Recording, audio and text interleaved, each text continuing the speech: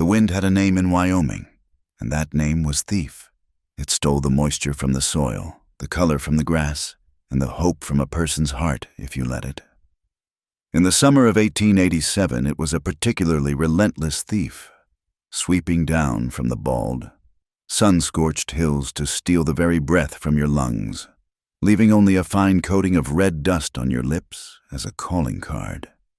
The Hensley Ranch wasn't much more than a speck of defiance in the face of that vast, empty land.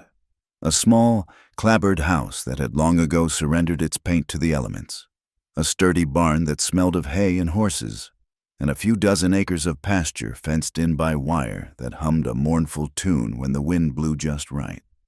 Eleanor Hensley knew the sound of that wire better than she knew most hymns. At 23, her hands were calloused from mending it. Her face was tanned from stringing it under the unforgiving sun, and her spirit was tempered by the constant, grinding work it represented. Since her father had been laid to rest 2 years prior, the ranch and her ailing mother had become her sole responsibilities. Some days, she felt the weight of it like a physical yoke across her shoulders. Other days, she felt a fierce pride that burned hotter than the midday sun. It was her land, her home. She would not let the wind, or anything else, steal it from her. She drove the last fence post into the hard-baked earth with a grunt, the impact jarring its way up her arms. Wiping a sleeve across her damp forehead, she surveyed her work. A straight, solid line. Her father would have approved. He had taught her that survival out here wasn't about grand gestures. It was about the 100 small, necessary tasks done right, day after day. It was about checking the water level in the trough, patching the roof before the rains, and making sure the fence was strong enough to keep their meager herd from wandering into oblivion. Inside the small house, the air was thick with the scent of dried herbs and the sound of a shallow, persistent cough. Martha Hensley sat in a rocking chair by the window. A faded quilt spread over her lap despite the heat. Her lungs, weakened by a sickness the doctor in Cheyenne had given a long, fancy name to, were as brittle as autumn leaves. Yet, her eyes, when they met Eleanor's, were as clear and steady as a prairie sky after a storm. "The fence is done," Eleanor said, her voice a little rough from dust and disuse. She poured a dipper of water from the bucket and drank deeply, the coolness a temporary blessing. "You work too hard, child," Martha breathed, her words punctuated by another soft cough. "A young woman shouldn't be laboring like a hired hand." "We do what we must, Mama." Eleanor's reply was gentle but firm. It was an old argument, one they circled as regularly as the seasons. Martha dreamed of a life for her daughter that involved church socials and a respectable husband, a life far removed from the dirt and sweat of the ranch. Eleanor dreamed only of holding on to what they had. "Mr. Abernathy was by yesterday," Martha said, her gaze drifting to the dusty road that led to town. "Said there's talk of trouble, some outlaw, wanted for murder over in the next county. They say he's heading this way." Eleanor shrugged, stacking firewood in the box next to the stove. "There's always talk of trouble, Mama. It's the second most plentiful crop in this territory, right after dust." She didn't give it much thought. Trouble was an abstract thing, a story men told over whiskey in a distant saloon. Her trouble was real and immediate, a pump that was drawing slow, a coming winter, and the ever-present worry etched in the fine lines around her mother's eyes. That night, the weather broke. The wind, which had been a hot, steady breath all day, fell silent. An eerie stillness settled over the land, the kind that always came before a storm. The sky to the west turned a bruised purple, and the first low rumble of thunder sounded like a giant shifting in his sleep. Eleanor secured the shutters and checked on the livestock, her movements efficient and practiced. The horses were restless in the barn, their ears twitching, their warm breath misting in the cooling air. By the time she returned to the house, the rain had begun. It wasn't a gentle spring shower, but a violent, Angry downpour that hammered against the roof and turned the dusty yard into a churning sea of mud. Lightning split the sky, illuminating the world in stark, ghostly flashes, followed instantly by cracks of thunder that shook the very foundations of the small house. Martha was asleep, her breathing a fragile rasp in the darkness. So Eleanor sat alone at the kitchen table, watching the storm through a crack in the shutters. She wasn't afraid of storms. She had been born in one. She respected their power, the way they could wash the world clean, but also the way they could tear it apart. It was well past midnight when she heard it, a sound that didn't belong to the storm, a splintering crash from the direction of the barn, followed by a horse's panicked whinny. Her heart leaped into her throat. It could have been a loose beam, or a predator spooked by the lightning, a mountain lion, perhaps. But her gut, an instinct honed by a life of listening to the quiet warnings of the land, told her it was something else, something human. She moved without thinking, her bare feet silent on the wooden floor. From above the mantelpiece, she took down her father's old shotgun. It was heavy, solid, and familiar in her hands. She checked the load, the metallic click of the mechanism a small, sharp sound against the roar of the storm. She didn't wake her mother. There was no sense in two of them being afraid. Pulling a heavy oilskin coat over her nightdress, she slipped out the back door. The rain was a cold shock, plastering her hair to her head in seconds. The mud sucked at her boots, trying to hold her back. Each flash of lightning was a brief, blinding glimpse of a world gone wild. The barn door, which she had latched securely, was slightly ajar, swinging on its hinges. Her breath hitched. She tightened her grip on the shotgun, the cold stock slick in her hands, taking a deep, steadying breath that tasted of rain and wet earth. She pushed the door open and stepped inside.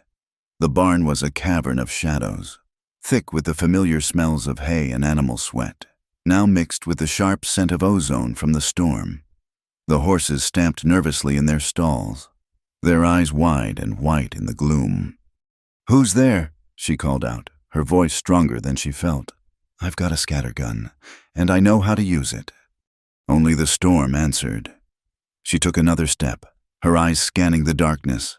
A flash of lightning illuminated the interior, and she saw it. A dark shape slumped in the hayloft, a heap of wet clothes and stillness. A man? Her first thought was of the outlaw her mother had mentioned, a murderer. Her blood ran cold. He could be playing dead, waiting for her to get closer. She raised the shotgun, the twin barrels aimed squarely at the center of the shape.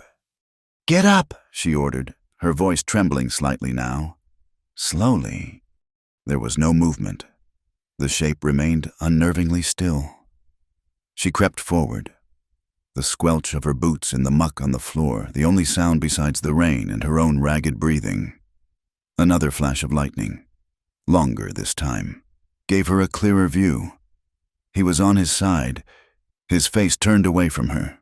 One of his arms was flung out at an awkward angle, and the hay beneath him was dark with something that wasn't rainwater. Fear warred with a grim sort of pragmatism. A dead man was a problem, but a wounded one was a danger. She nudged his shoulder with the barrel of the shotgun. "I said, get up." A low groan escaped him, a sound of pure agony that cut through the noise of the storm. He tried to shift, and the movement was feeble, uncoordinated. He was no threat, not like this. Lowering the gun, Eleanor knelt beside him. She reached out a hesitant hand and turned his shoulder, rolling him onto his back. In the next flicker of lightning, she saw his face. It was young, maybe only a few years older than her own, covered in stubble and grime. His eyes were closed, his brow furrowed in pain. His shirt was torn open at the side, and the fabric was caked with a mixture of mud and drying blood. It was a gunshot wound. High on his ribs, it looked bad. He was just a boy, really, or a man who had seen too much of the world too quickly. His breathing was shallow, his lips pale. She felt for a pulse at his neck. It was there, a weak, thready flutter against her fingertips. He was alive, but only just. Her mind raced. The law. She should ride for Sheriff Duncan in town. It was the proper thing to do, the safe thing to do. This man, whoever he was, had brought trouble to her doorstep.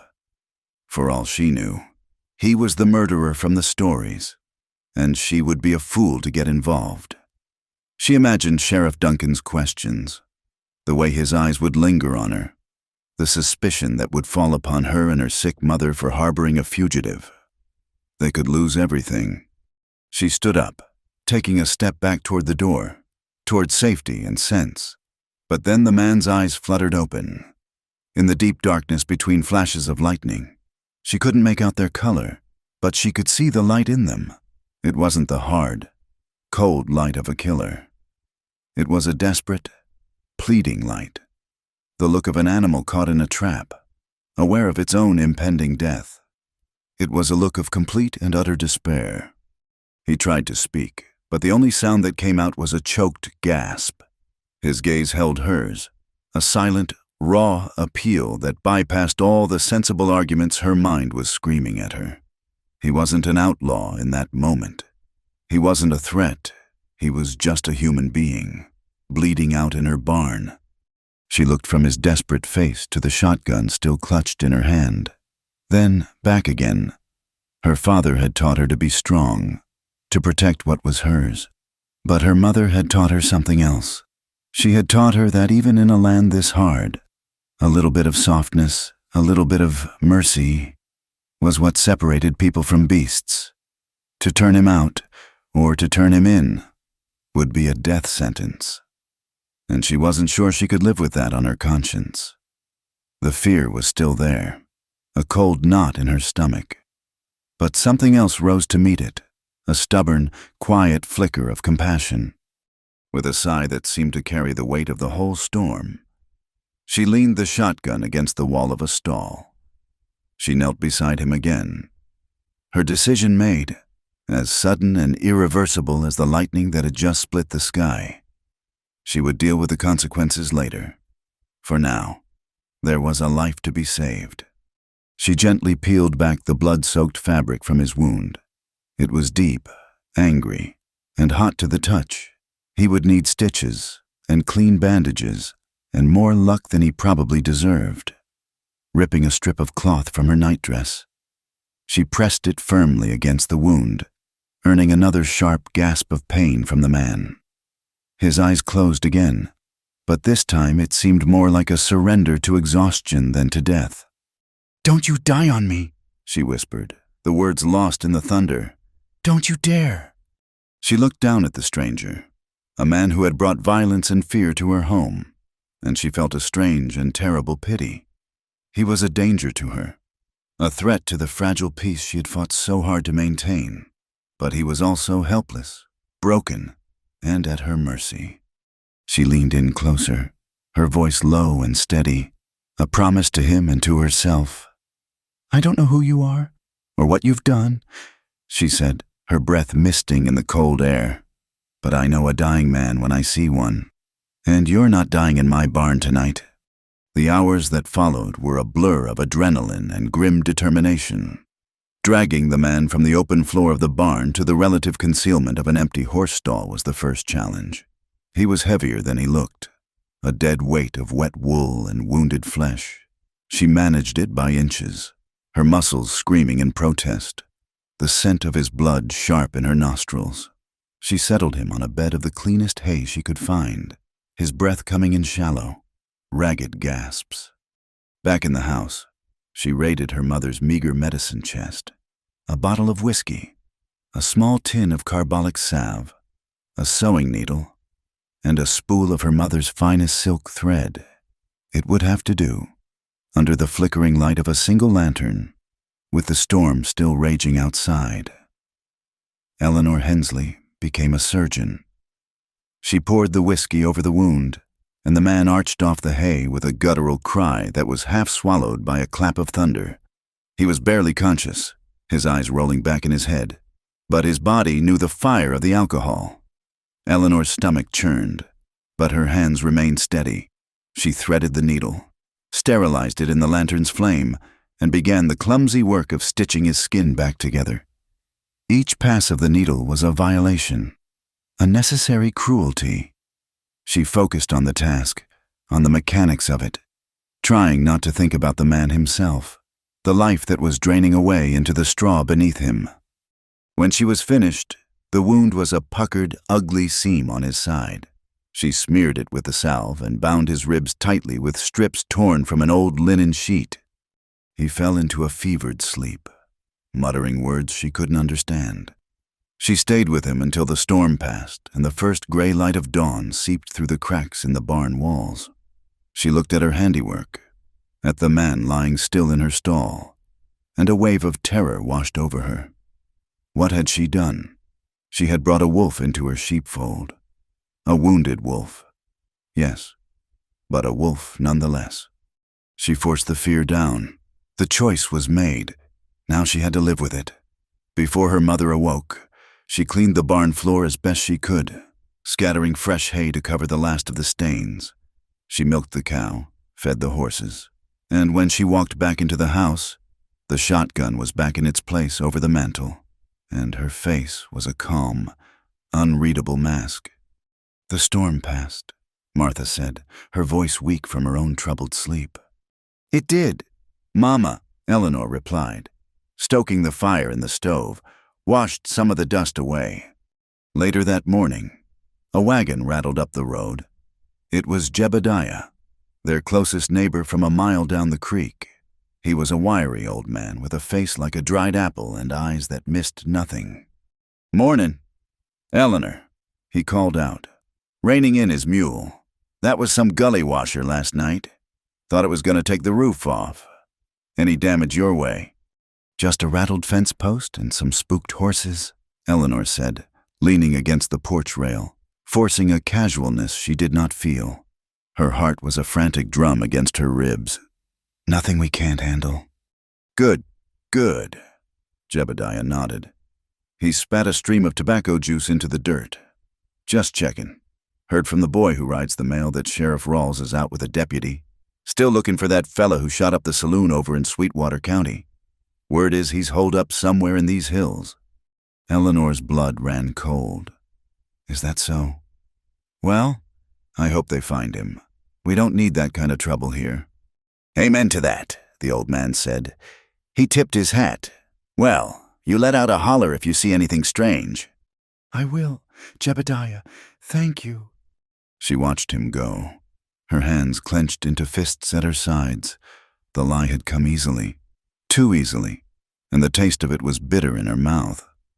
She spent the rest of the day in a state of heightened alert, every gust of wind sounding like approaching hoofbeats, every shadow a threat.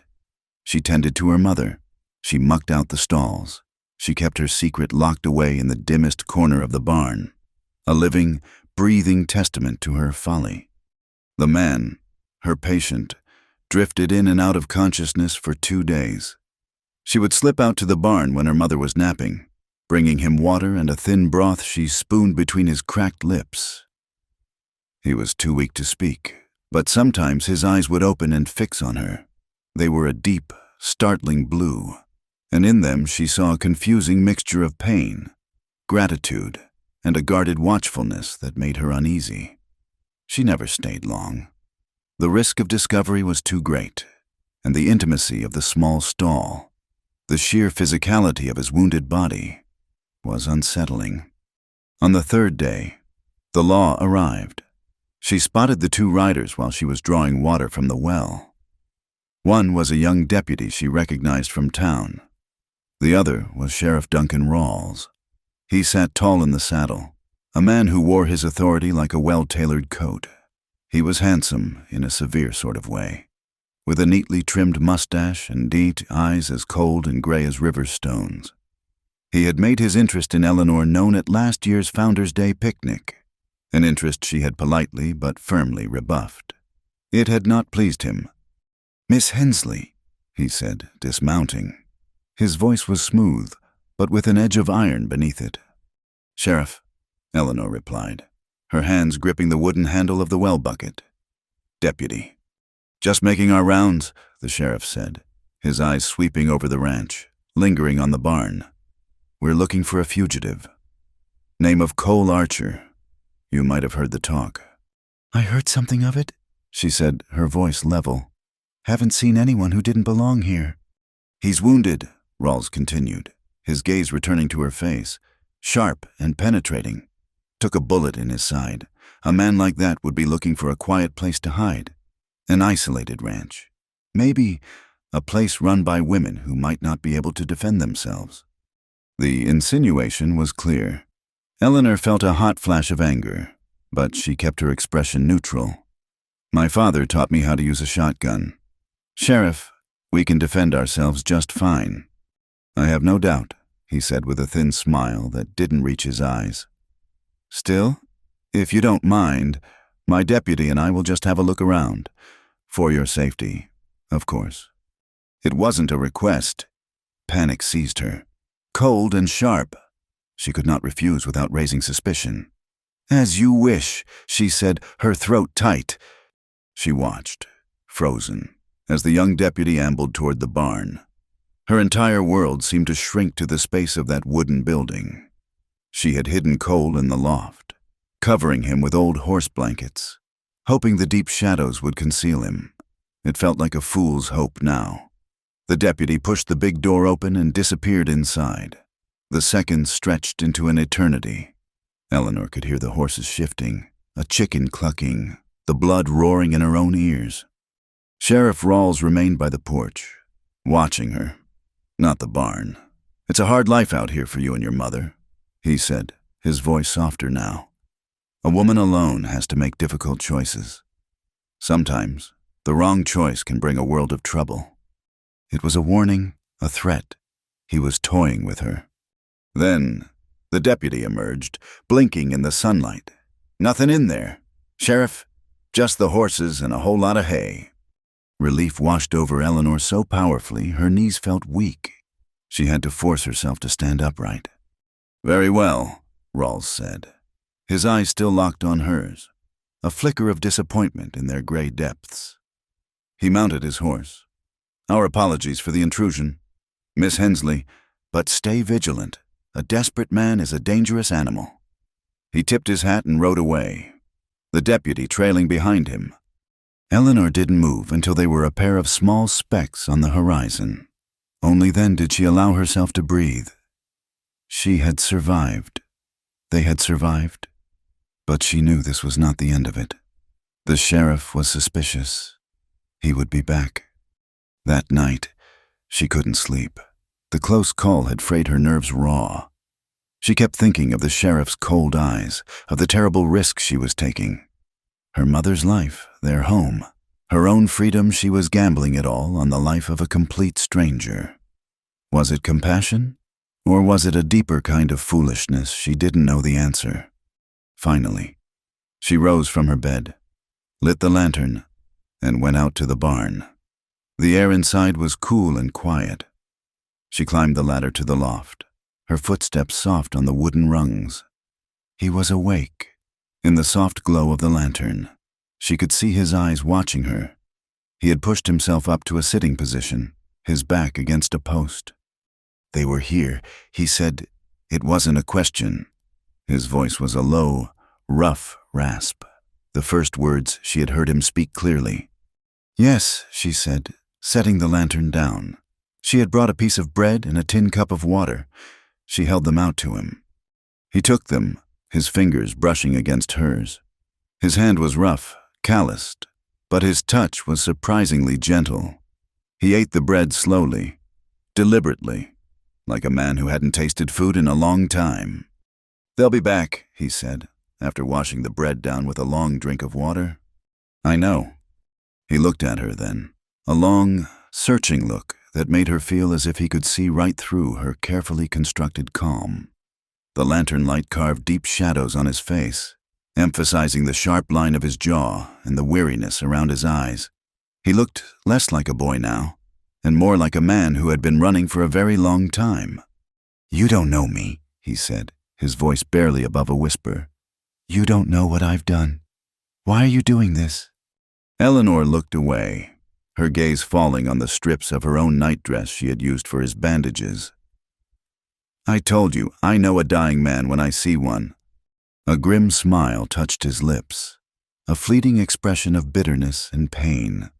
He looked down at his hands, then back up at her, his blue eyes holding hers in the flickering light.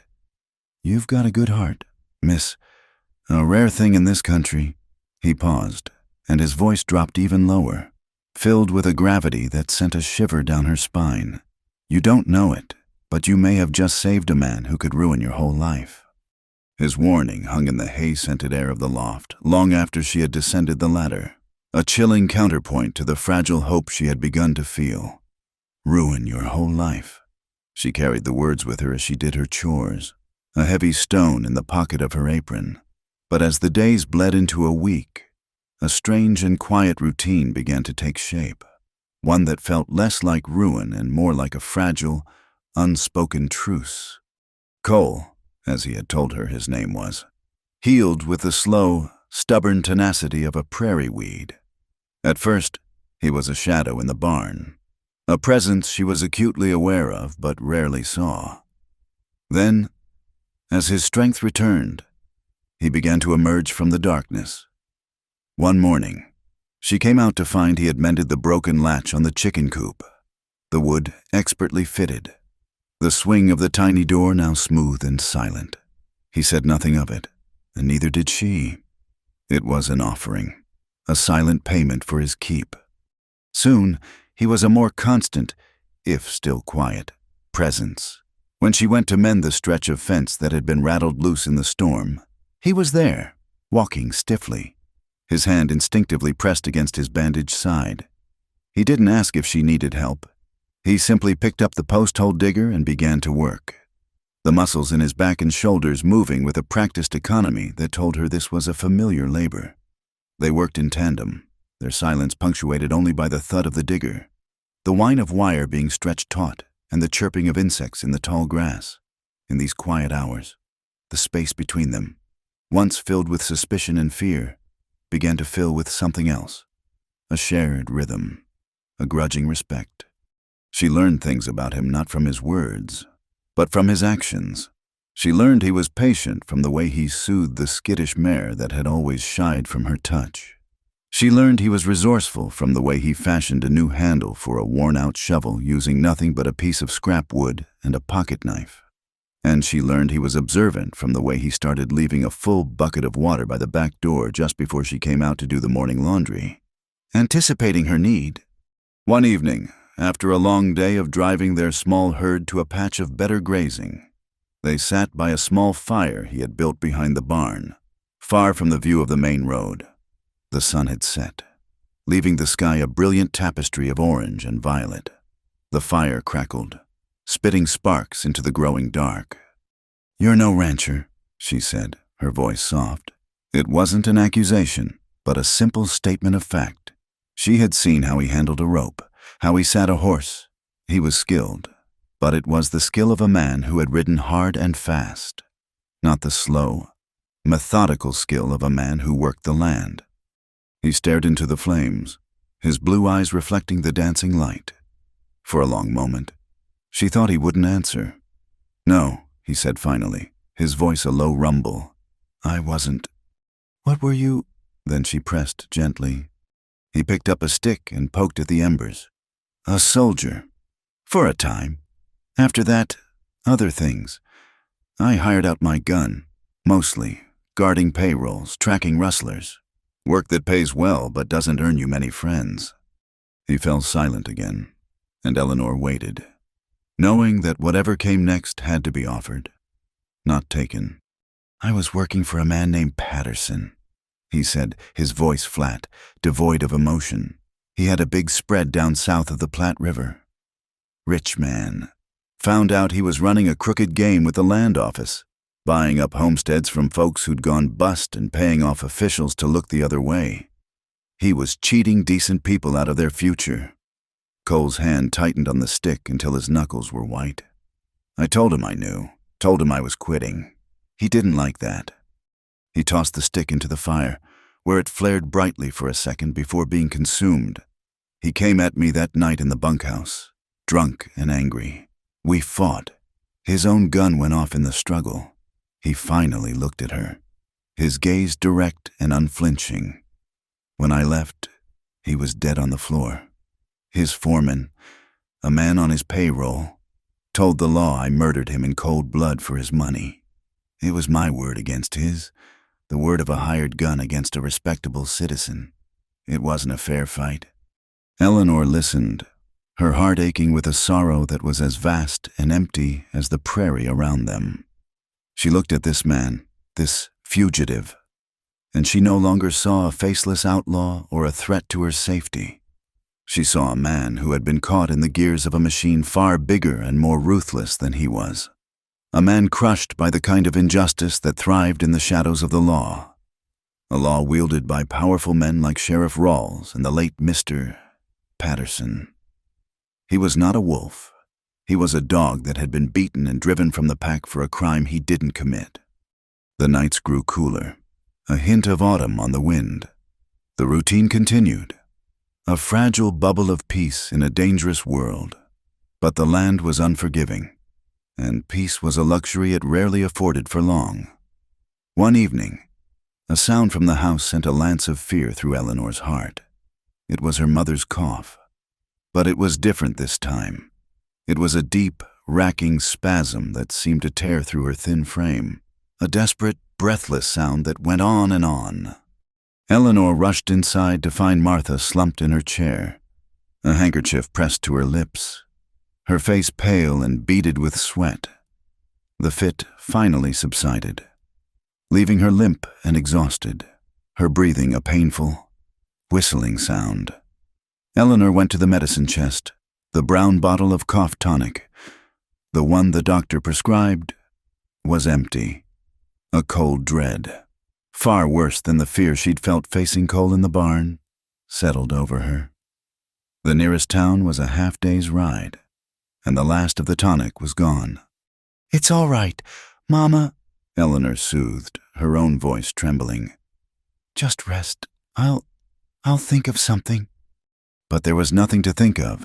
She couldn't leave her mother alone, and she couldn't conjure medicine out of thin air. She sat by Martha's side, holding her hand, feeling a terrifying helplessness wash over her. Cole found her there an hour later, standing on the porch, staring out into the darkness as another storm gathered on the horizon. He had heard the coughing from the barn. He didn't need to ask what was wrong. He could see the panic in her eyes.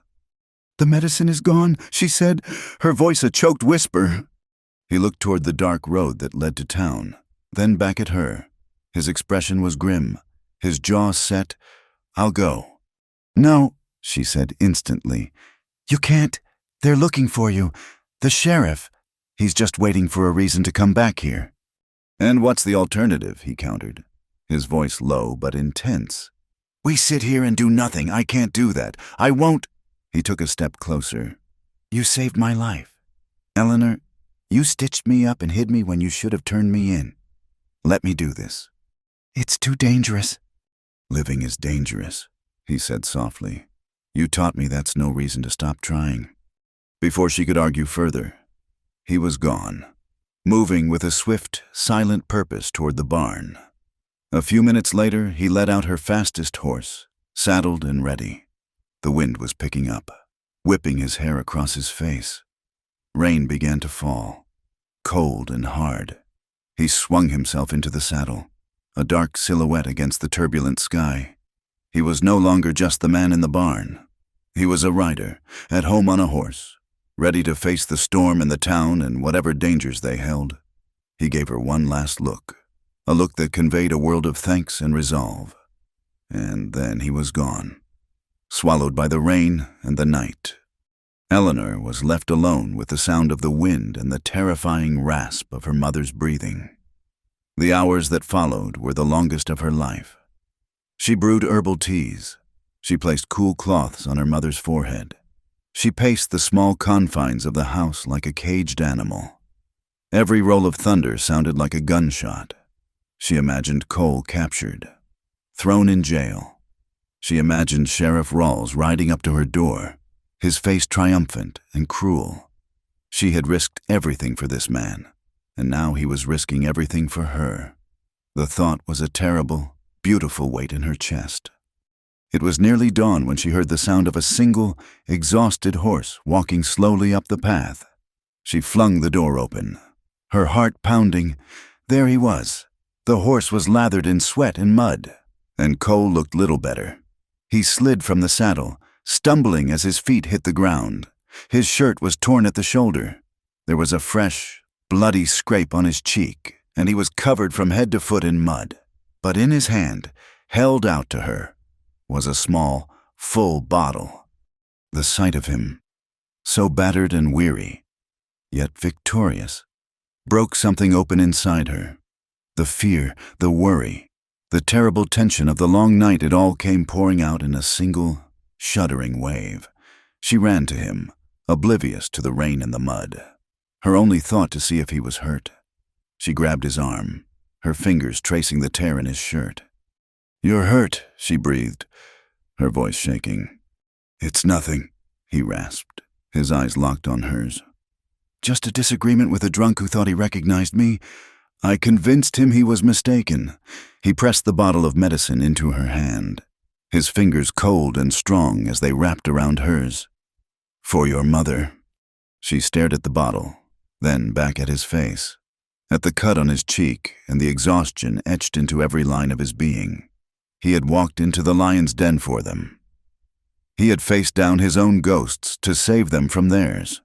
And in that moment, all the barriers she had built around her heart, all the sensible fears and cautious reservations, they all came crashing down. With a sob she couldn't contain, she threw her arms around his neck, burying her face in the cold, wet fabric of his shirt. She held on to him tightly, as if he were an anchor in the storm, the only solid thing in a world that had threatened to wash away. He was stiff with surprise for a moment. Then his own arms came around her, pulling her close, his hand resting gently on the back of her head. They stood there for a long moment, clinging to each other in the driving rain, the world shrinking to the circle of their embrace. She pulled back just enough to look up at him, her eyes shining with unshed tears. "I hid you because I thought you were just a lost soul," she whispered, her voice thick with an emotion she couldn't name. "I never expected you to be the one to save us." That moment in the rain changed everything. Before, he had been a secret, a dangerous obligation she had taken upon herself. Now, as she led him into the warmth of the kitchen and tended to the cut on his cheek, he was something more. He was Cole, the man who had ridden into the teeth of a storm for her and her mother. The unspoken contract between them, once based on her mercy and his desperation, was rewritten in the language of shared risk and mutual debt. A fragile trust, born in a dark barn, had been tempered into something stronger. The medicine worked a small miracle.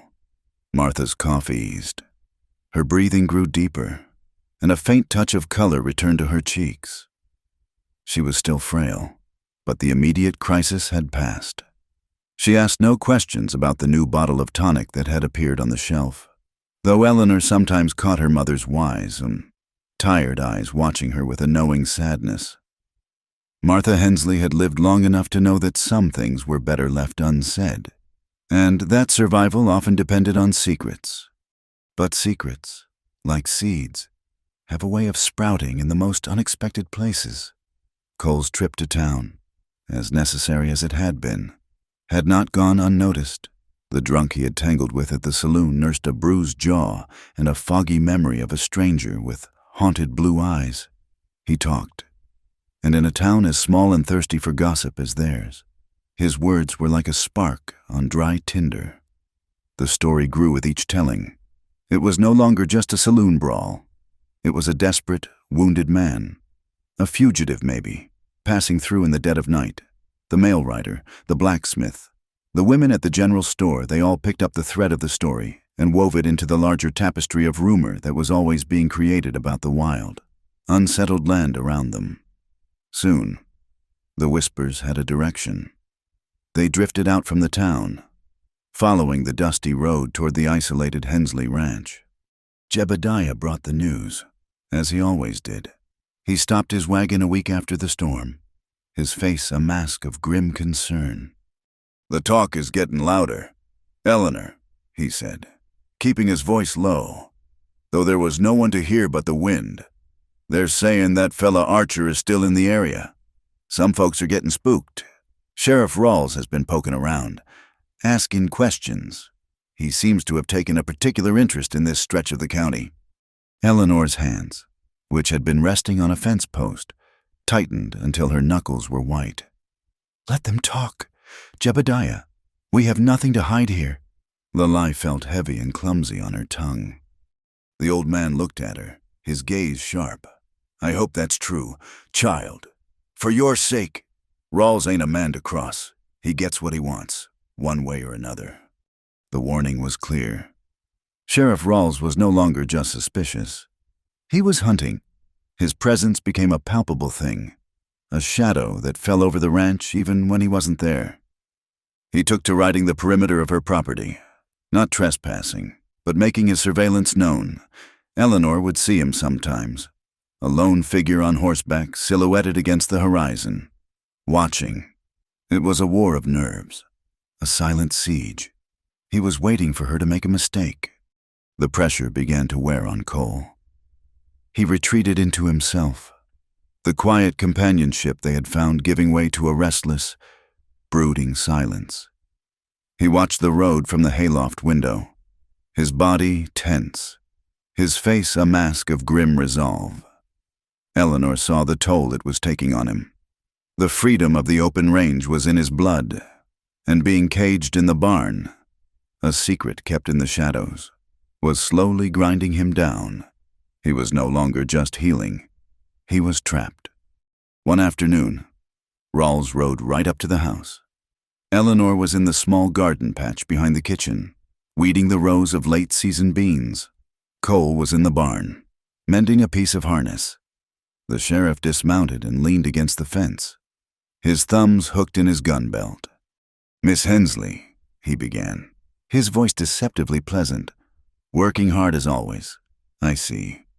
The work is always there." "Sheriff," she replied, not stopping her task. She refused to give him the satisfaction of her full attention. "It is," he agreed, "and it's a heavy burden for a woman to bear alone.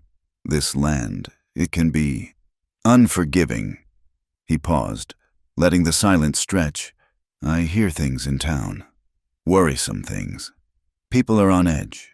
They talk of shadows, strangers seen at night.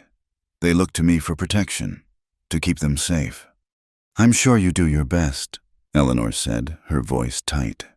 He pushed himself off the fence and walked closer, stopping just on the other side of the low garden wall. "I could protect you, Eleanor," he said, his voice dropping to a low, intimate murmur. Her use of his title was a barrier. His use of her first name was a weapon, an attempt to claim a familiarity that did not exist. "You and your mother. All this would be safe under my watch. All you'd have to do is be honest with me.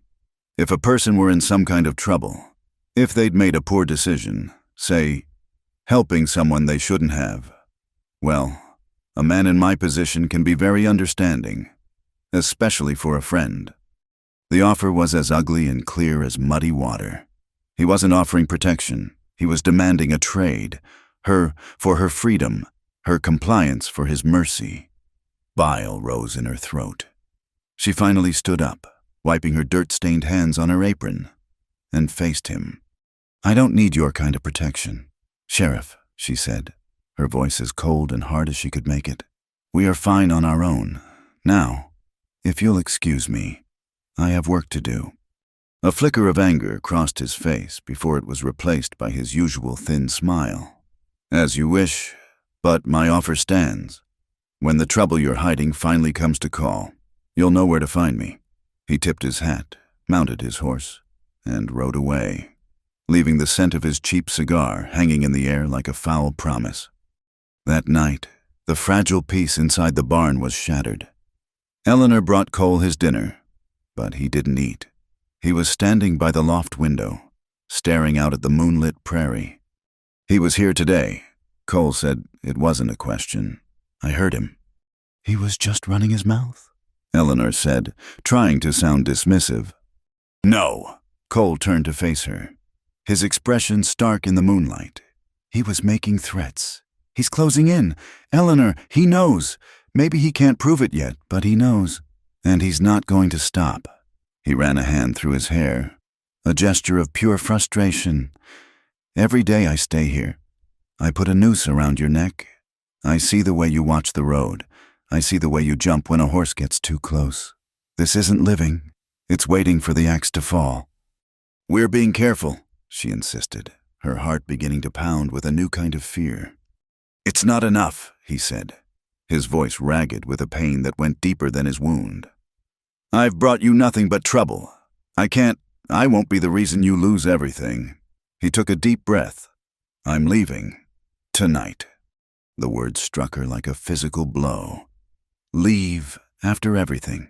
After the trust they had built, the silent partnership they had forged, the thought of facing the sheriff, of facing the world, without him was suddenly unbearable. No, she said, her voice shaking. You can't. You're not fully healed. Where would you go? It doesn't matter where I go, he said, his voice gentle but unyielding. All that matters is that I'm gone from here. It's the only way to keep you safe. He had already gathered his few things, a bedroll she had given him, a water skin. He was ready. He started for the ladder, but she moved to block his path. She stood before him, a small, determined figure against the vast emptiness of the barn. And what about me, Cole? What about what I want? What you want doesn't matter as much as what you need, he said, his gaze softening with a deep, aching regret. And you need to be free of this, free of me. You're wrong, she said, her voice gaining strength, fueled by a fierce, sudden clarity. She looked up at him, at this man who had come into her life as a harbinger of death and had somehow become a symbol of life. She had fought to save his. She would not let him throw it away now, and she would not let him take hers with him. You think leaving is the only way, you think running is the only answer? That's what they want you to do, to run and hide until they catch you. But I'm tired of hiding. I'm tired of being afraid. She took a step closer, her hands clenched at her sides. I have made my choice. Cole, I chose to save you in this barn, and I'm choosing to stand with you now. Her chin came up, her eyes locking with his, bright with defiance and a conviction that stunned them both. If that sheriff comes back here with his laws and his threats, I won't lie anymore. She took a deep breath, and the words came out, solid and real, a foundation laid in the heart of all their fear and uncertainty. I will tell them you are my husband. He stared at her, speechless. The audacity of it, the sheer, breathtaking courage of it, silenced him. It was a lie, but it was a lie that held a powerful truth. It was a claim, a public and defiant stand. It offered a reason for his presence, a shield against the questions and suspicions. It was an anchor in the storm. Eleanor, he whispered, his voice hoarse. I have chosen you, she repeated, her voice softer now, but no less firm. Don't you dare choose to leave me. He looked at her, truly looked at her, and saw not just the stubborn rancher's daughter, but a woman of incredible strength, a woman who was offering him not just a hiding place, but a home. He saw the end of his running, not an escape, but a place to make a stand. A slow smile spread across his face, a real smile this time, one that lit up his eyes and erased the lines of weariness. He reached out and gently touched her cheek. You're the craziest woman I've ever met. You're the first fugitive I've ever hidden, she countered, a smile of her own finally breaking through. I suppose that makes us even. From that night on, the dynamic shifted. They were no longer hiding, they were building. They cleaned out the dusty, forgotten corners of the barn, repairing the stalls, reinforcing the walls, turning the whole structure from a temporary hideout into a fortified sanctuary. Their shared labor was a language all its own. The rhythmic strike of his hammer was an answer to the steady cadence of her hands weeding the garden. Together, they turned over the hard-packed earth in a small plot near the house, a patch of ground that had lain fallow for years. The soil was dry and cracked, as tired and worn out as their own spirits had been. But they worked it, breaking up the clods of dirt, pulling the stubborn weeds, their sweat mingling with the dust. They planted seeds for autumn turnips, squash, hardy greens, a defiant act of faith in a future they had no right to expect. Each day, they watered the small plot, watching as their combined labor began to transform the barren ground. The dry earth drank the water, softened, and slowly, miraculously, began to show the first faint blush of green. It was a promise, a symbol of their own battered lives being coaxed back into bloom by the steady application of trust and sweat and a stubborn, shared hope. They were two broken people, watering a broken piece of land, willing it and each other back to life. The tender shoots of green in their garden were a fragile rebellion against the coming autumn, a testament to their shared defiance. For a few short weeks, an almost domestic rhythm settled over the Hensley ranch. They worked, they ate their simple meals in the quiet companionship of the kitchen, and they watched the sky for signs of winter and for the lone rider who they knew would eventually return. The lie they had decided upon, that he was her husband, remained unspoken between them, a ghost of a promise waiting to be given flesh. It hung in the air when she mended a tear in his shirt, and it was there in the long looks he gave her when he thought she wasn't watching. The return of Sheriff Rawls was as quiet and menacing as the first chill of a frost. He didn't ride up to the house this time. Eleanor saw him near the creek bed, where her property line met the wild, unclaimed land.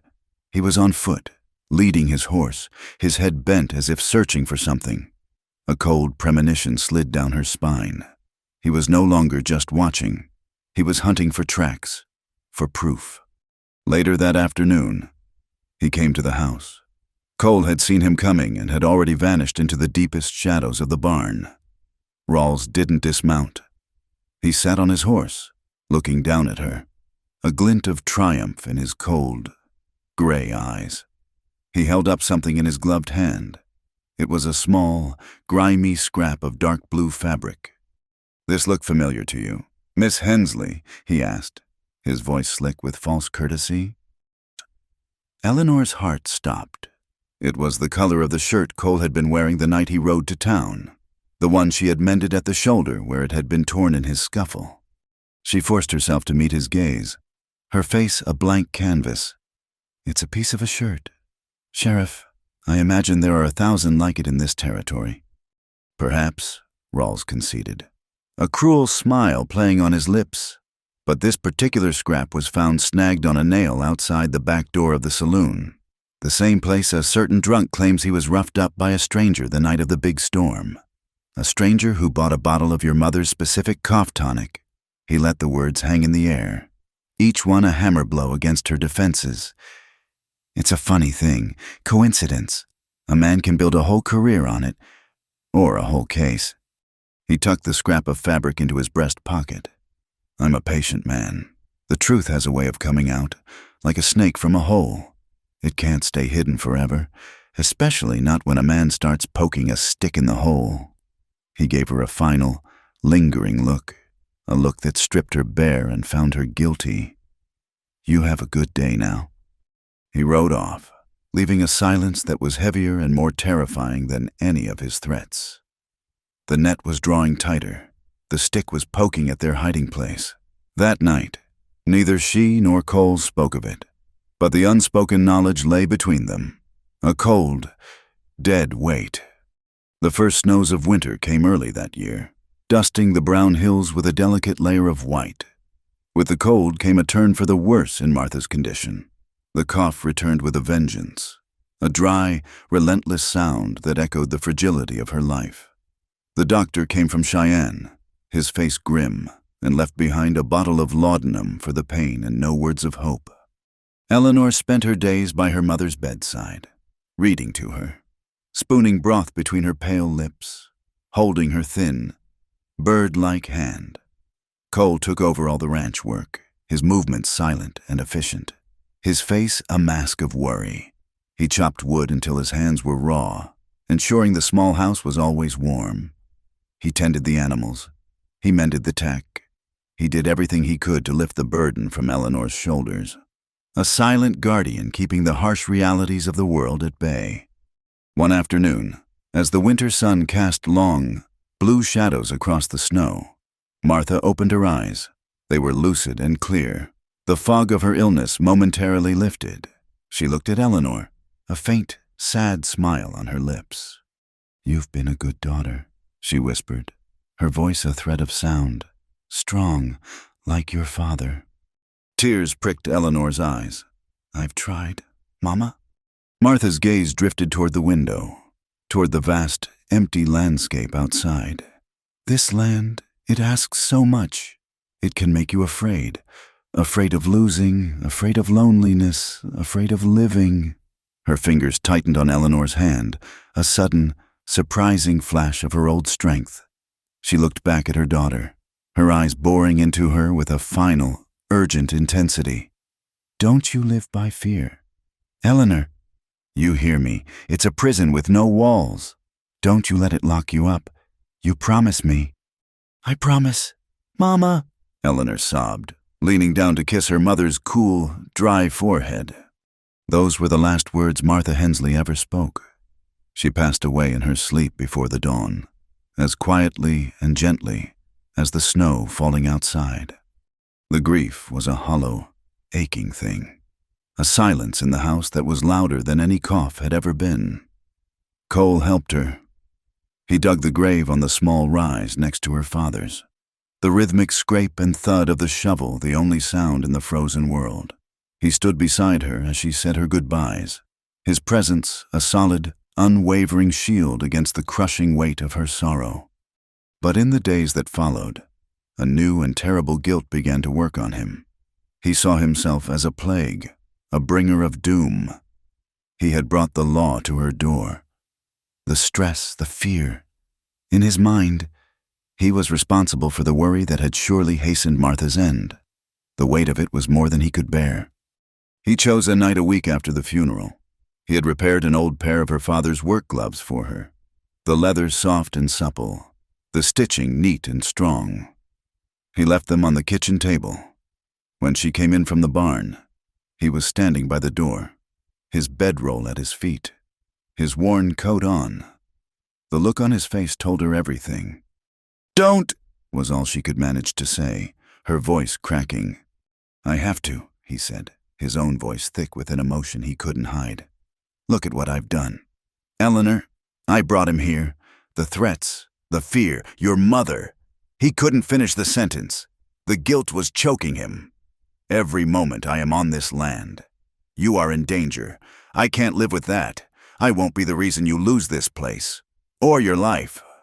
"So you'll just leave?" she asked, a cold fury beginning to burn through the fog of her grief. "You'll run away and leave me to face him alone? Is that your solution? It's the only one that keeps you safe." "Safe," she cried, her voice rising with a raw, incredulous anger. She snatched the gloves from the table. The smell of the new leather, the feel of his careful stitching, was an intimate, unbearable thing. "You call this safe alone, with that man circling like a vulture, knowing I'm here by myself. That's not safety. Cole, that's a target." She threw the gloves at his feet. They landed on the floorboards with a soft, defeated slap. "You came here half dead, and I saved you. You rode into town and saved my mother.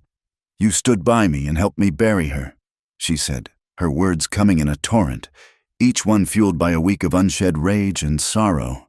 "You saved me, and then you mean to leave me, just like they left you the law, the world, all the people who called you a murderer and threw you away without a second thought.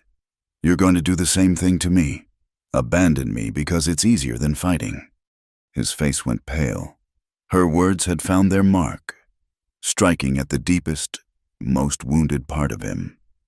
He had spent his life being cast out, and now she was accusing him of doing the same. The anger drained out of her as quickly as it had come, leaving her shaking, exposed, and utterly exhausted. The truth of her own heart was laid bare. It wasn't just about safety or defiance anymore. It was about him. She didn't want to face the world without him. "Don't go," she whispered, the words raw with pleading. "Please, Cole, don't leave me." He looked from her tear-streaked face to the gloves on the floor, and something inside him seemed to break. He walked to her, his movement slow, deliberate. He didn't speak. He simply reached out and pulled her into his arms, holding her tightly as the last of her composure crumbled and she wept against his chest. He held her for a long time, his hand stroking her hair, his own inner battle raging and finally subsiding into a quiet, profound surrender. Later that night, they sat before the fire in the main room of the barn. He had moved his things from the loft into one of the empty stalls, creating a small, habitable space.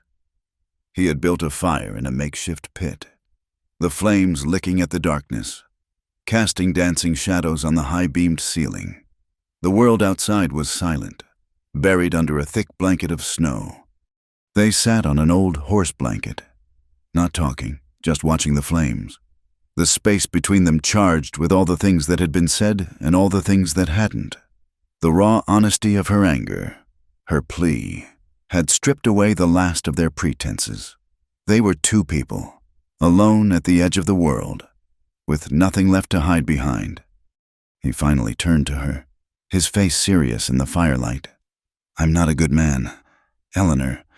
I'm not looking for a saint," she replied, her voice soft. "I'm just looking for someone who stays." He reached out and took her hand, his calloused fingers lacing through hers. "I'm done running," he said, and it was a vow, made not just to her, but to himself. She looked at their joined hands, then up at his face. The firelight softened the hard lines of his features, and in his eyes she saw not a fugitive, but a man who was tired and wounded, but who was also kind and brave and who looked at her as if she were the only thing holding his world together. She leaned toward him, and he met her halfway. The kiss was not born of romance or gentle courtship. It was born of necessity, of a deep, elemental need. It was raw and desperate and deeply, achingly sincere. It tasted of wood smoke and sorrow and a fierce, burning hope. It was the taste of survival. He pulled back slightly, his forehead resting against hers, his breath warm on her face. "Are you sure?" he whispered, his voice rough with emotion. She didn't answer with words. She answered by pulling his face back to hers, deepening the kiss, offering him the entirety of her trust, her loneliness, her strength. It was a choice, a final, irrevocable promise made in the heart of the barn where it had all begun. There in the flickering firelight, surrounded by the scent of hay and horses and the coming winter, love and survival became one and the same, a desperate and beautiful act of rebellion against the cold. Empty darkness. The peace they had found was as thin and fragile as the first layer of ice on a puddle. It was shattered at dawn. They weren't woken by the crow of the rooster, but by the cold. Sharp click of a rifle being cocked. Cole was awake instantly, moving from a deep sleep to full alertness in a single, fluid motion. He peered through a crack in the barn wall, and his body went rigid. They were surrounded. At least a dozen men, deputies and grim-faced townsfolk deputized for the occasion, formed a loose circle around the property. They were positioned behind the water trough, along the fence line, their rifles all pointed inward, and at the center of the web, sitting calmly on his horse near the front porch, was Sheriff Duncan Rawls. Eleanor Hensley Rawls's voice cut through the cold morning air, sharp and final. "You are under arrest for harboring a fugitive. Come out with your hands empty." Eleanor, who had been woken by Cole's sudden movement, stood frozen in the middle of the kitchen, her heart a block of ice in her chest. It was over. The game of nerves, the careful lies, the defiant hope, it had all led to this. "Stay here," Cole whispered, his hand on her arm. His face was a pale, grim mask in the dim light. He was already checking the load in the old pistol he'd kept hidden. "No," she whispered back, her voice shaking. "They'll kill you." "They'll kill me anyway," he said, his voice flat. "But I can take some of them with me." "And what about me?" she cried softly, grabbing the front of his shirt.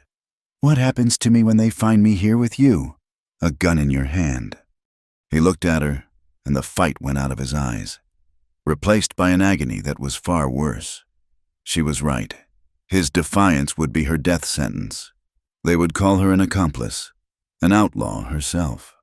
He was trapped, not by their guns, but by his love for her.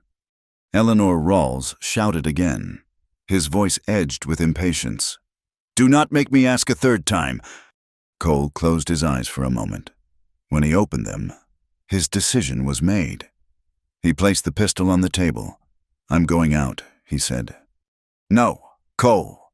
"It's the only way," he said, his voice gentle but firm.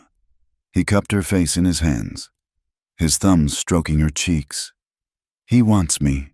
If he gets me, maybe he'll let you be." He gave her a last, desperate look. "Whatever happens, you deny everything. You tell them I forced my way in, that you were a hostage. Do you understand?" She could only nod, tears blinding her. He turned and walked to the door, took a deep breath, and stepped out onto the porch, his hands raised high where everyone could see them. A collective murmur went through the posse. Rawls' face split into a triumphant grin. Well, the rat comes out of his hole at last. Cole Archer, you are under arrest for the murder of James Patterson." 2 deputies moved in, binding Cole's hands behind his back roughly as they shoved him toward a horse. Rawls dismounted and walked into the house. He looked at Eleanor, his eyes sweeping over her with a possessive, victorious gaze. "You chose the wrong man." "Eleanor," he said softly. He nodded to the deputies behind him. "Take her." They put her in a supply wagon, her hands tied in front of her, and started the long, humiliating journey to town. She watched as they rode away from the ranch, her home, now seeming impossibly small and vulnerable. Cole was tied to his horse, riding just ahead of the wagon. He never looked back. She knew it was because he couldn't bear to see her shame. They didn't have a proper jail, just 2 small, barred cells in the back of the sheriff's office. They put Cole in one and Eleanor in the other. The cell was cold, damp, and smelled of stale whiskey and despair.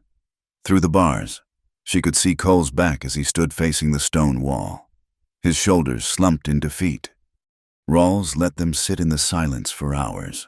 Finally, as evening fell, he came to her cell, carrying a lantern. He unlocked the door and stepped inside, leaving it open. "I'm a reasonable man," he said, his voice a low, confidential murmur. "I know how a man like Archer can be, charming, persuasive. I'm sure he filled your head with all sorts of lies. I'm sure he took advantage of a grieving woman, alone and vulnerable." Eleanor said nothing, just stared at the wall behind him. "Here's my offer," he continued, moving closer. "You sign a statement. You testify that he came to your ranch wounded, that he forced you to help him at gunpoint. You tell the court you were his prisoner all this time. You do that, and I will see to it that all charges against you are dropped. You can go home. No one will ever have to know." She finally looked at him, her eyes filled with a cold, clear contempt. "And what happens to him?" Rawls shrugged. "He hangs, which is what he deserves. He's a murderer." "He's a better man than you will ever be," she said, her voice quiet but shaking with fury. The sheriff's mask of reasonability dropped. His eyes narrowed. "You would throw your life away for him for a killer. I'm offering you a way out, you foolish girl. The only way out." "I'd rather hang with him than live free with your kind of mercy," she said. She turned her back on him. A final, absolute dismissal. She heard him take a sharp breath, and for a moment, she thought he might strike her, but he just laughed. A short, ugly sound. Have it your way. We'll see how brave you are when you're standing on the gallows. He stormed out, slamming and locking the cell door behind him. Across the room, Cole had turned from the wall, through the shadows and the bars. His eyes met hers. He gave her a small, almost imperceptible nod. It was a look of profound gratitude, of shared resolve, of a love that was stronger than any prison walls. The next day, the wind began to blow. It started as a whisper, a mournful sigh through the eaves of the buildings. But by nightfall, it was a howling gale. It picked up the dust from the dry plains and flung it against the town. A gritty, blinding tide. The sky turned a sickly yellow-brown. People shuttered their windows and stayed indoors. It was a full-blown sandstorm, the kind that could strip paint from a wagon and scour a man's soul. Inside the jail, the air grew thick with dust. It gritted between Eleanor's teeth and stung her eyes. The young deputy on guard duty, a boy named Miller, coughed and cursed the storm. It was late, and the town was dark and silent, save for the screaming of the wind. Sometime after midnight, the back door of the office creaked open. Miller jumped to his feet, his hand on his pistol. "Who's there?" A figure stepped out of the swirling dust. A trail-worn man with a familiar face. It was Jebediah. "Just me, deputy," the old man said, pulling down the bandana that covered his mouth and nose. "Brought some coffee. Figured it was a long night to be on watch." Miller relaxed. "Much obliged, Jebediah." While the deputy was distracted, another shadow detached itself from the storm, slipping in behind the old man. Before Miller could react, a strong arm was around his neck, cutting off his air, and a pistol was pressed to his temple. "Not a sound," Cole whispered, his voice a deadly rasp. He had slipped his cuffs hours ago, a trick learned in a dozen border town jails. The old man, a friend from Cole's past he had contacted through a secret message, had created the perfect diversion. They bound and gagged the deputy. Taking his keys, Cole moved to Eleanor's cell, his hands fumbling with the lock in his haste. The lock clicked open, and he swung the door wide. He pulled her into his arms, a fierce, desperate embrace. "I told you I was done running," he said, his lips against her hair. He pulled back, his face grim. "Rawls will have men at the livery. We can't get horses. We're going back to the ranch, on foot. It's our only chance." They slipped out into the storm. The wind was a physical force, trying to tear them apart. The air was a thick, choking fog of sand. It was impossible to see more than a few feet in any direction. The storm that should have been their enemy was now their only ally, a cloak of chaos that hid them from the eyes of the town. They stumbled through the deserted streets, their heads down, their bodies bent against the gale, and struck out across the open prairie. It was a nightmare journey. Every step was a battle against the wind and the blinding dust. But they kept going, guided by an instinct born of desperation and a shared will to survive. When the faint outline of the barn finally emerged from the swirling gloom, it looked like a ghost ship on a phantom sea. They stumbled inside, collapsing on the hay-strewn floor, gasping for air free of sand, but they both knew their respite would be short. Rawls would discover the escape, and he would know exactly where they had gone. They didn't have to wait long. Through the roar of the wind, they heard the sound of approaching horses. Cole pulled Eleanor toward the hayloft. "Get up there and stay hidden," he commanded, pressing the deputy's pistol into her hand. "Don't come out, no matter what you hear." He took up a position behind a stack of hay bales near the main door, his own gun ready. A moment later, the barn door was thrown open, and Sheriff Rawls stood there, a lantern in one hand and a revolver in the other. The wind howled behind him, swirling dust and snow into the barn. He was alone. He had likely outridden his men, his obsession driving him on. "Archer," he bellowed, his voice laced with fury. "I know you're in here. It's over. There's nowhere left to run." He stepped inside, raising the lantern high. Its light cut a swath through the dusty gloom, searching the corners, the stalls, the high rafters. Cole held his breath, waiting. The moment Rawls turned his back, Cole fired. The shot was deafening in the enclosed space. It missed, splintering the wooden wall a foot from the sheriff's head.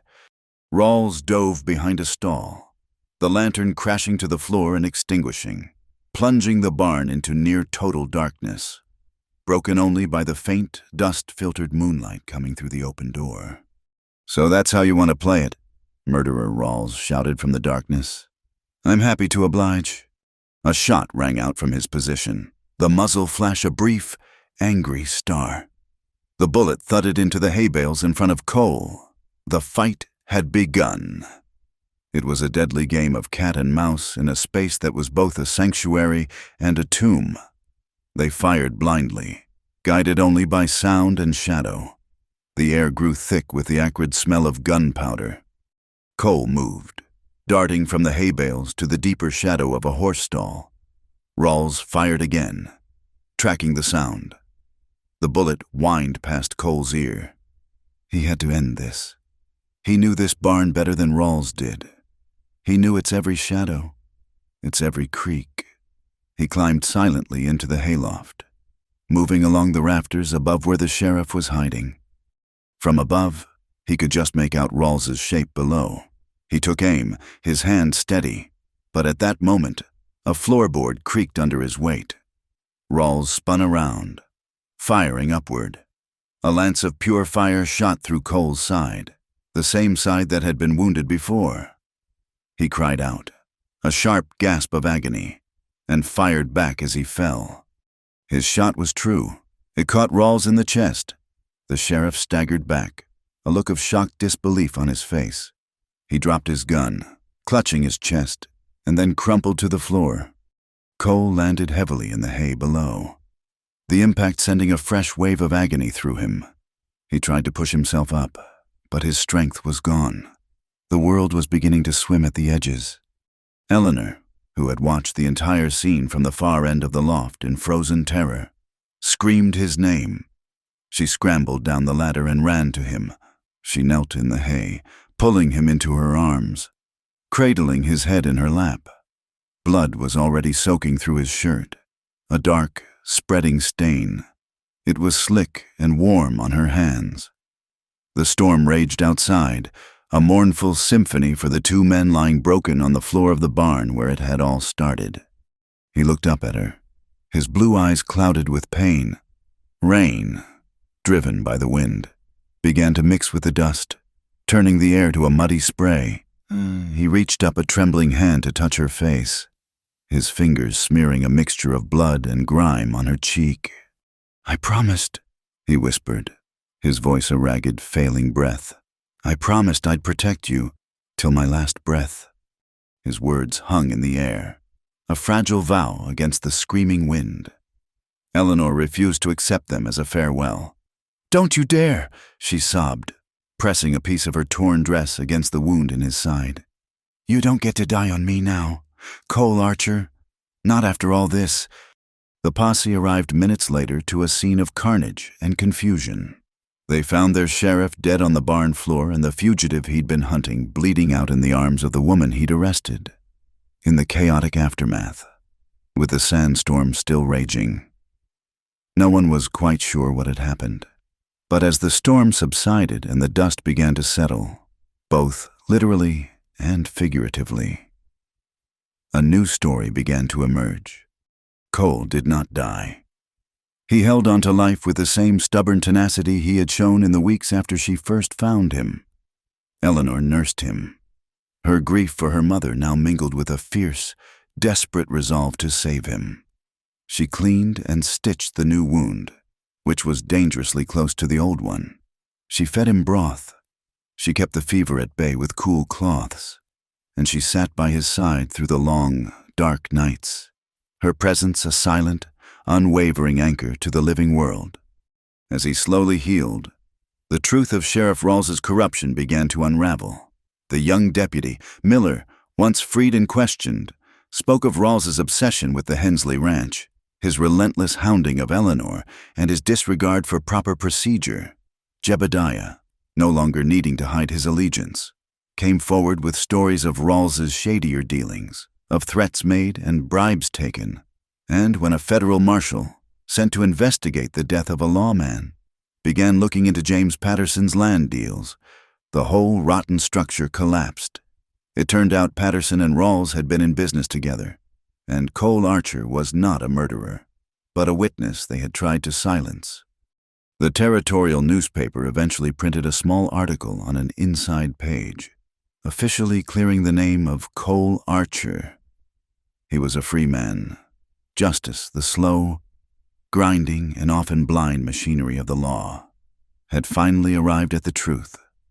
But it was a hollow victory. For the people of the county, the official story was just paper and ink, the one they preferred.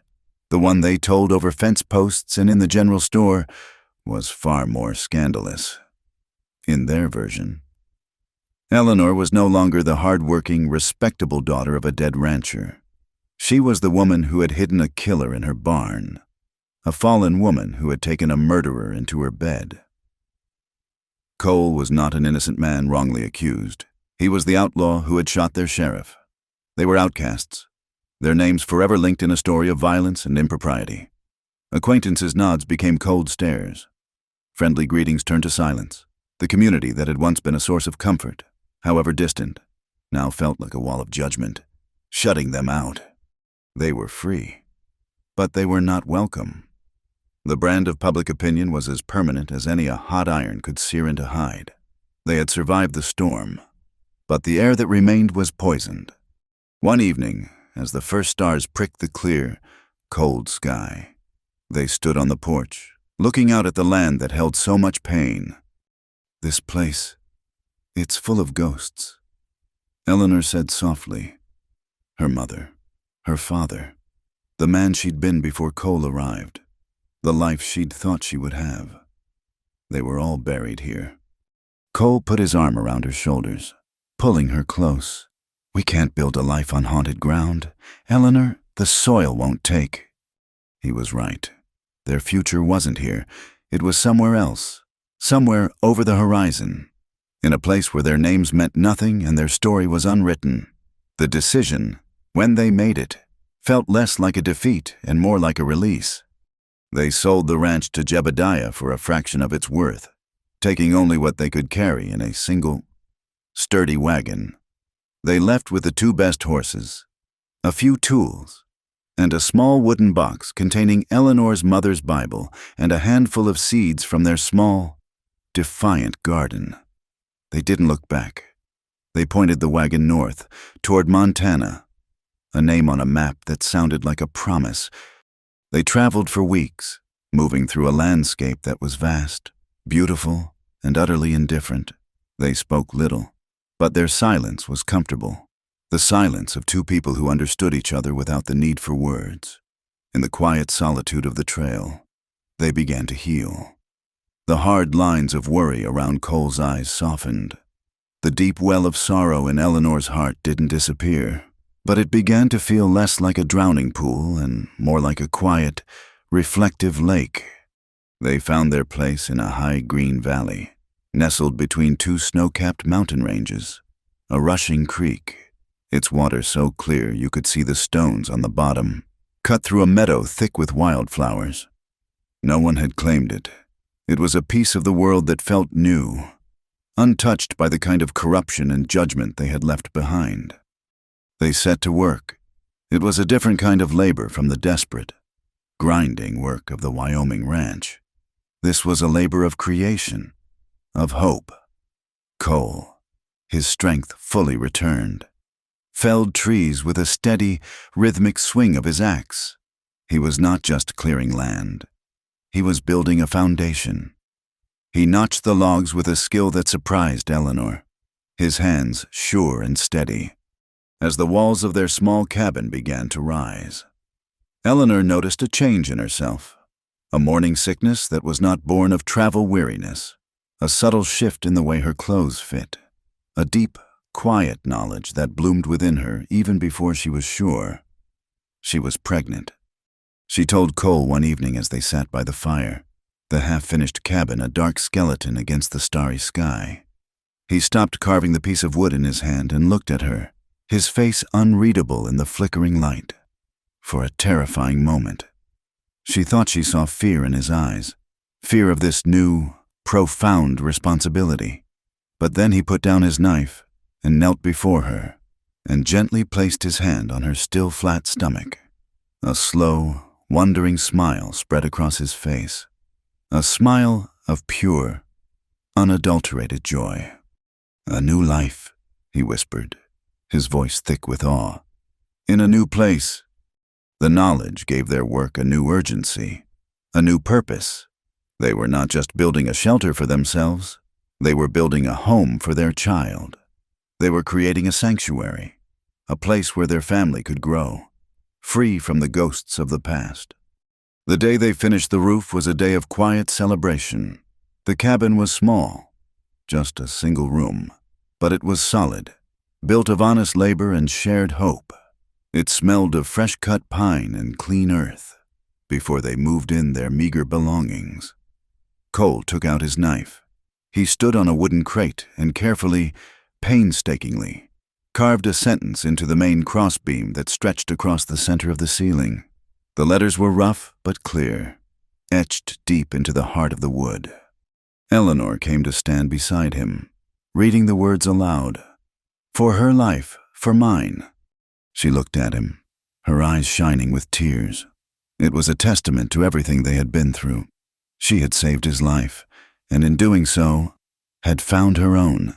He had saved hers, and in doing so, had redeemed his. Their lives were now inextricably, beautifully intertwined. This small cabin, built by their own hands in the middle of an untamed wilderness, was their true justice. It wasn't a piece of paper from a judge or the grudging acceptance of a town. It was a structure built on a foundation of love and trust, a testament to a natural law that was higher and purer than any written by men. It was a symbol of their new beginning, a home made not by license or law, but by two people choosing to build a life together, a life that would be their own. The first Montana winter arrived not as an enemy, but as a quiet visitor laying a blanket of purest white over the valley. It muffled the world, softening the sharp edges of the mountains and silencing the rush of the creek until it was a mere whisper beneath a sheath of ice. For Eleanor, the silence was a blessing. It was a stark contrast to the howling, dust-choked winds of Wyoming, winds that had carried threats and whispers and the sound of approaching doom. This silence was peaceful, a deep and profound stillness that seemed to seep into her very soul. From the small window of their cabin, she watched the snow fall in thick, lazy flakes. The world outside was a study in white and gray, the dark trunks of the pines the only sharp lines in a soft, forgiving landscape. In her arms, wrapped in a soft wool blanket, her daughter slept. They had named her Martha Rose. Martha, for the mother whose memory was a quiet strength within her. Rose, for the stubborn, beautiful things that managed to grow in the harshest of lands. The baby was a month old, a small, perfect miracle with a dusting of dark hair and Cole's startlingly blue eyes. Holding her, Eleanor felt a contentment so deep and complete it was almost a physical ache in her chest. She ran a finger over the baby's soft cheek. This tiny, warm life was the culmination of everything. Every moment of fear, every desperate choice, every act of defiance had led her here, to this quiet room, this profound peace. She looked at her own hands, the hands that held her child. They were still calloused, the skin rough from work, but they were no longer the hands of a woman fighting a losing battle against a harsh and unforgiving world. They were the hands of a creator, a builder, a mother. They had stitched a man's wound, dug a mother's grave, planted a garden, and helped raise the walls of this home. They had found their true purpose not in mere survival, but in the nurturing of life. The cabin was warm, the fire in the stone hearth crackling a cheerful, steady tune. The air smelled of pine smoke, drying herbs, and the sweet, milky scent of her baby. Above her, she could see the words Cole had carved into the beam for her life. For mine. It was their creed, the founding principle of this new world they had built. She had never felt so safe, so anchored. The ghosts of Wyoming were 1,000 miles away, buried under a different snow. Outside, Cole was splitting firewood. The rhythmic thud of his axe was a comforting, steady heartbeat against the silence of the snow. He worked with an easy, powerful grace, his movements economical and sure. The haunted, hunted look he had worn for so long was gone. It had been replaced by a quiet confidence, the look of a man who knew his place in the world. He was no longer running from a past that was not his fault. He was building a future that was entirely his own. He finished his work and stacked the last of the split logs against the cabin wall. He stood for a moment, his back to the window, looking out at the valley. The sun was just beginning to rise, a pale, golden light spilling over the eastern mountain range and setting the snow-covered world ablaze. It was a light of breathtaking purity, a light that promised a new day, a clean slate. He turned then, as if feeling her gaze upon him, and his eyes met hers through the small glass pane. He smiled, a genuine, unguarded smile that made her heart ache with a love so fierce it almost stole her breath. He kicked the snow from his boots and came inside, bringing a gust of cold, clean air with him. He was a different man from the one who had collapsed, bleeding and broken, in her barn. The storm had passed, and he had emerged from it whole. He walked over to her, his movements quiet, and looked down at the sleeping child in her arms. A look of such tender reverence came over his face that it made Eleanor's eyes well with tears. "She's beautiful," he said, his voice a low, soft rumble. "She looks like you," Eleanor whispered back. He reached out a calloused finger and gently stroked the baby's head. "She's got your strength, though. I can feel it." He looked from the child to her, his blue eyes holding hers, filled with a depth of emotion that words could never capture.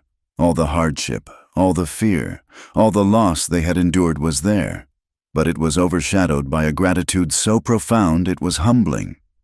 He leaned down and kissed her, a soft, lingering kiss that was a world away from the desperate, frantic embrace they had shared in the barn.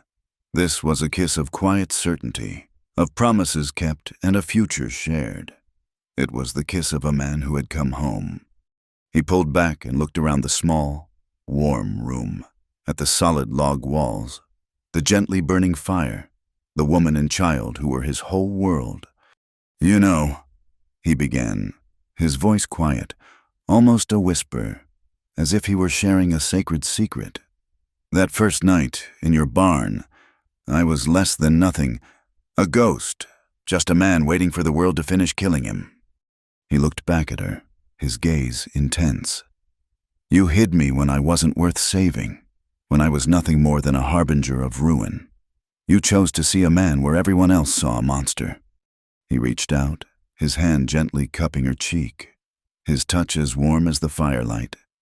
"But now," he said, his voice thick with a lifetime of unspoken vows, "I'll spend every breath I have, for the rest of my life, making sure you are both safe."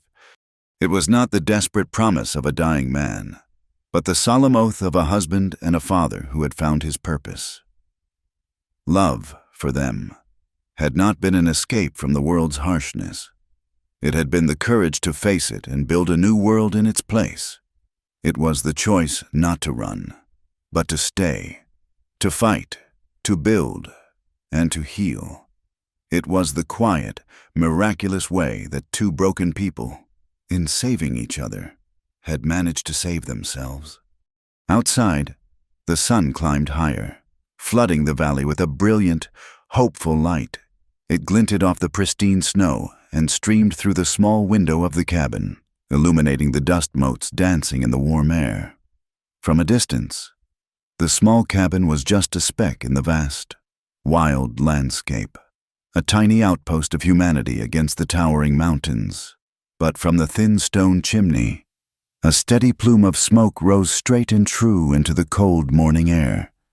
It was a signal, a beacon, a quiet declaration to the vast and empty wilderness that here, in this small pocket of the world, there was warmth, there was a hearth, there was life. Thank you for listening to our story. Please comment with where you're listening from so we can all connect.